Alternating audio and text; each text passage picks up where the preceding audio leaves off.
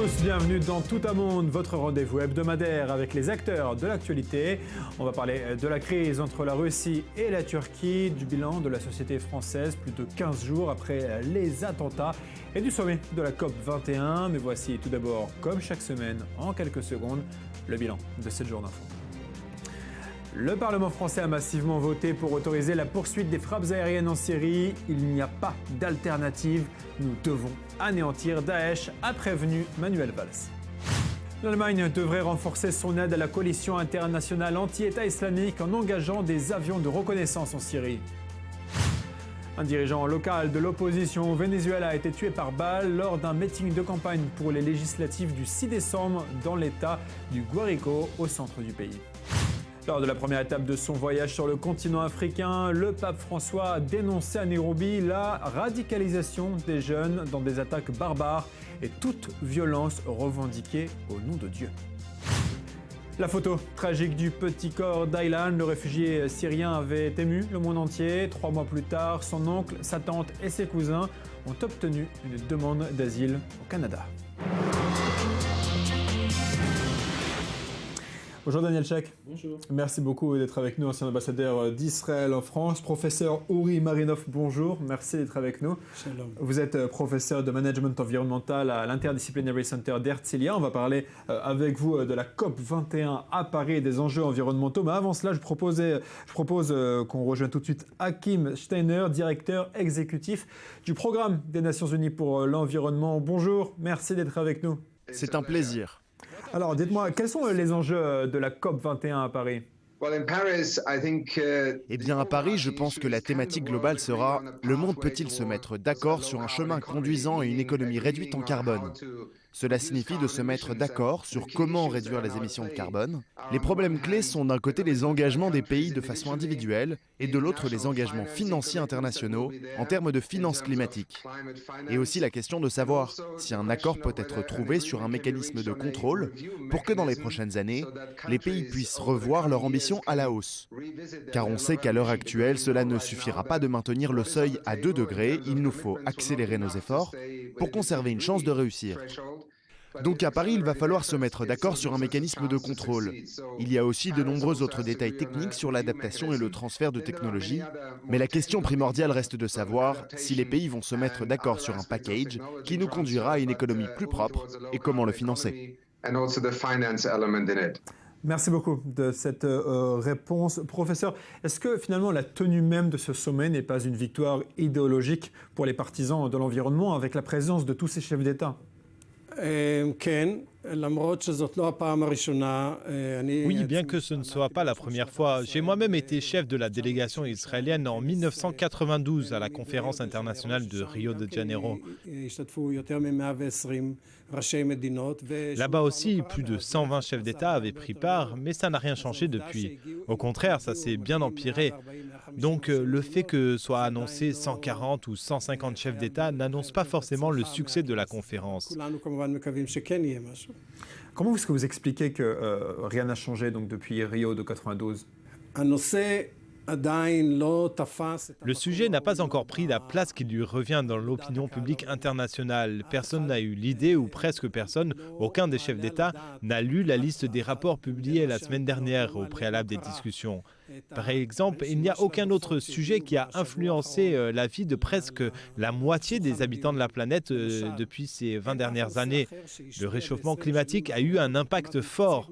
Des centaines de milliers de personnes sont mortes. Personne ne parle de cela. Daniel, d'un point de vue des pays qui n'ont pas voulu faire le switch, il y en a 2 qui ont changé de disquette, comme on dit en hébreu, qui ont changé de réflexion. C'est les États-Unis et la Chine qui, pendant des années, n'ont pas voulu entendre parler de ces problématiques et qui, ces derniers temps, semblent prête à faire un accord et à faire des concessions sur l'environnement. Oui, les 2 pays viennent de 2 bords très différents. L'un, le pays le plus développé du monde, l'autre, un pays énorme, une économie immense qui est en grand essor, mais qui a beaucoup de développement, entre guillemets, encore à faire. C'est la Chine. C'est la Chine, mais ce sont évidemment les 2 grands contributeurs à l'émission de gaz nocifs pour l'environnement et au réchauffement climatique. Et donc, c'est très important qu'ils viennent avec un regard un peu différent. Alors, comment on explique ce changement de regard? Alors, je ne sais pas, mais j'aimerais faire un point qui est d'actualité sur un autre dossier, qui est celui des immigrants, des migrations, des grandes migrations. On parle aujourd'hui, voilà, l'erreur qu'ont fait les pays développés il y a 30-40 ans, plutôt que d'investir dans le tiers-monde, dans les pays en voie de développement, ils ont laissé pourrir, et maintenant, la pauvreté pousse des peuples entiers à chercher une vie meilleure dans l'Occident, dans le monde développé. Professeur, vous êtes d'accord avec ce qui vient d'être dit avant de vous poser la prochaine question? Vous voulez peut-être réagir à ce flux migratoire lié aux conditions climatiques? Aujourd'hui déjà, on a des réfugiés climatiques et cela ne fait aucun doute qu'il y en aura encore plus dans le futur. Si les prévisions se confirment et que le niveau des mers augmente de 1 mètre environ, eh bien imaginez-vous les millions de personnes qui vivent sur les côtes qui devront fuir. Les sécheresses, les inondations, tous ces événements conduiront à des migrations climatiques.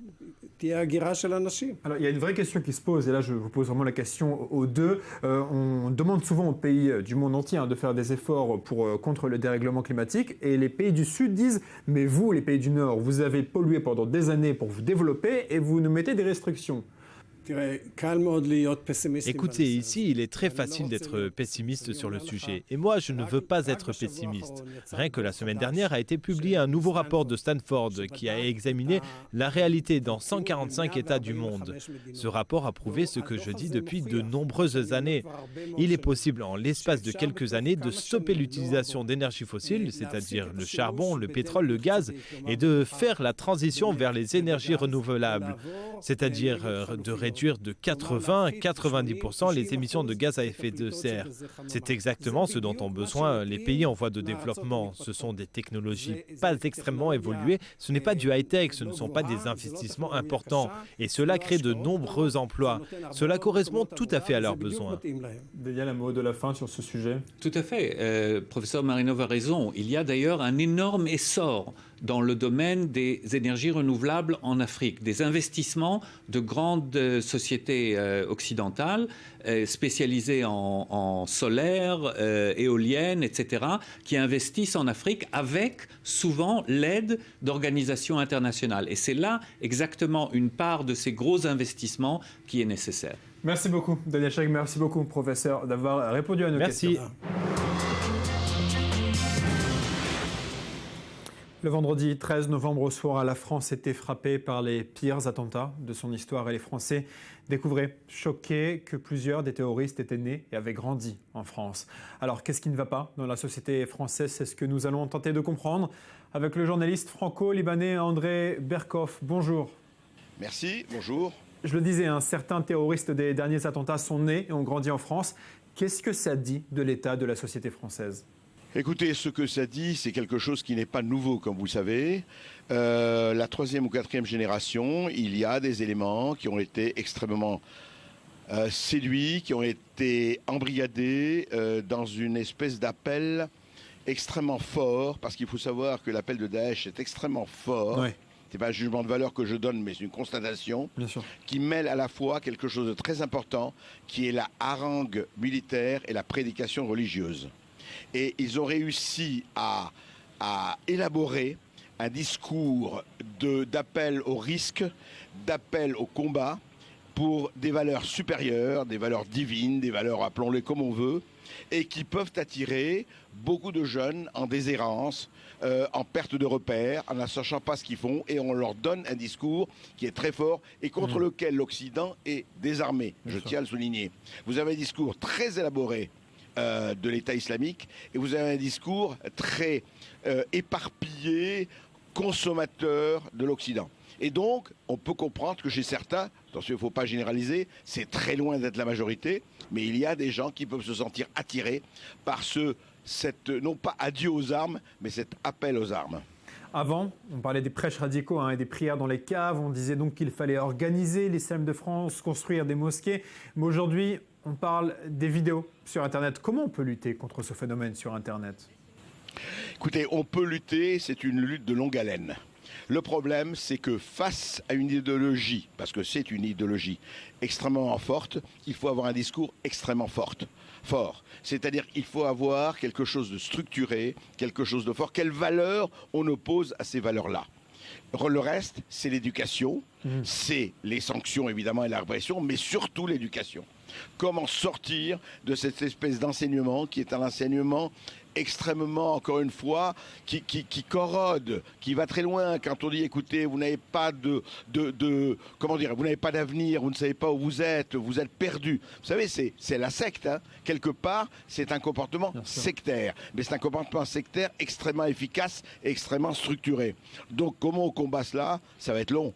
Ça va être long, c'est l'éducation. Et puis surtout, il faut arrêter les sources de financement des wahhabites, des salafistes et de tout cet enseignement qui est en train de métastaser toute une partie du monde.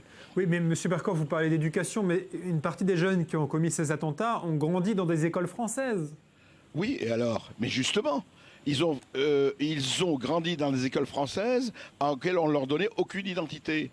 Si vous voulez, ils se sont trouvés entre deux mondes et ils ne reconnaissaient aucun de ces mondes. C'est même pas l'Algérie qui reconnaissent dans l'identité, ce n'est pas la France, ce n'est pas tel ou tel, si vous voulez, l'identité aujourd'hui, l'islamisme et Daesh ou Al-Qaïda, mais Daesh surtout aujourd'hui, leur apporte une identité. Et si on ne voit pas ça, on ne voit pas comment on peut le combattre. Monsieur Barkov, comment est-ce que vous jugez les mesures prises par le gouvernement français, notamment l'annonce d'un centre pour déradicaliser les jeunes ?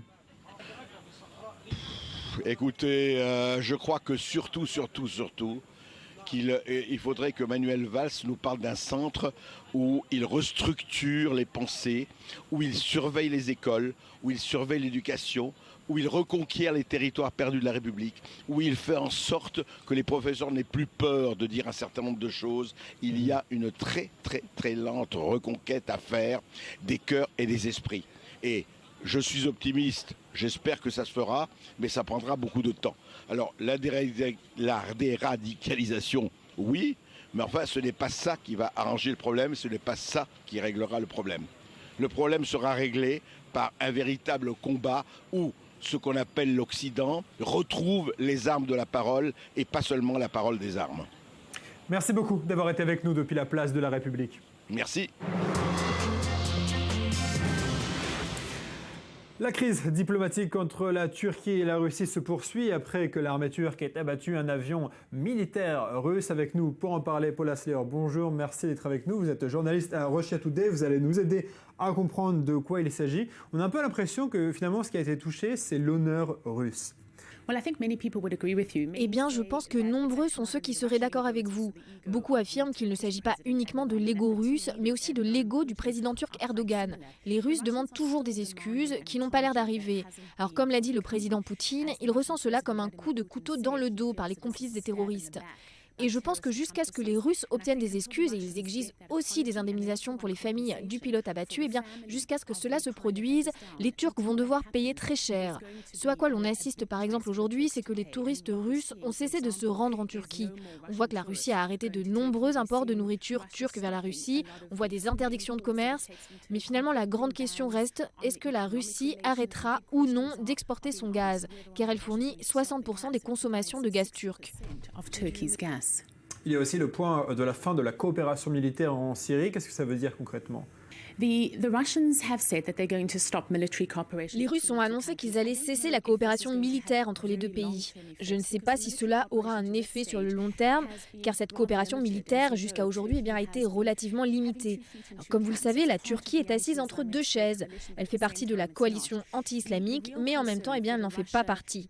La réelle inquiétude concernant les relations entre la Russie et la Turquie se trouve sur le front économique. La traduction de cette crise, du point de vue militaire sur le terrain, n'est pas si effective que cela. Ce que l'on a observé, c'est que la Russie a intensifié ses bombardements à la frontière syrio-turque. Ils ont tué tous ceux dont elle accuse d'être responsables de la mort du pilote. Et en plus, ils ont installé des systèmes de défense aérienne pour s'assurer que ces opérations aériennes se poursuivent. Alors les gens ont l'impression que la Russie se donne les moyens de continuer à appliquer sa politique en Syrie, bien plus maintenant qu'avant l'incident. Paula, une dernière question qui inquiète la communauté internationale. Qu'est-ce que ça veut dire dans la guerre, pour la guerre contre Daesh ? On entend toutes sortes. D'un côté, c'est dommage que la Russie et la Turquie s'opposent de la sorte, car ils se trouvent réellement du même côté en théorie. Mais vous avez le président russe qui a accusé la Turquie et d'autres pays de jouer ce double jeu et d'aider le groupe État islamique. Je pense que les Russes vont intensifier encore leurs bombardements sur des groupes qu'ils appellent terroristes. Pas seulement sur Daesh, sur la Syrie, donc c'est une mauvaise nouvelle pour eux. Mais je pense qu'en ce qui concerne la communauté internationale, cela sera assez difficile, plus spécialement pour les États-Unis qui doivent gérer ces relations et en même temps garder la Turquie impliquée dans la lutte contre l'islamisme radical. Car ces deux pays, la Russie et la Turquie, devraient faire partie de la même coalition et maintenant ils se retrouvent opposés l'un à l'autre. Merci beaucoup, Paula Slayer de Russia Today, d'avoir été avec nous. Et c'était Le Monde de cette semaine tel que nous l'avons vu. Rendez-vous dimanche prochain. Bonne semaine à tous.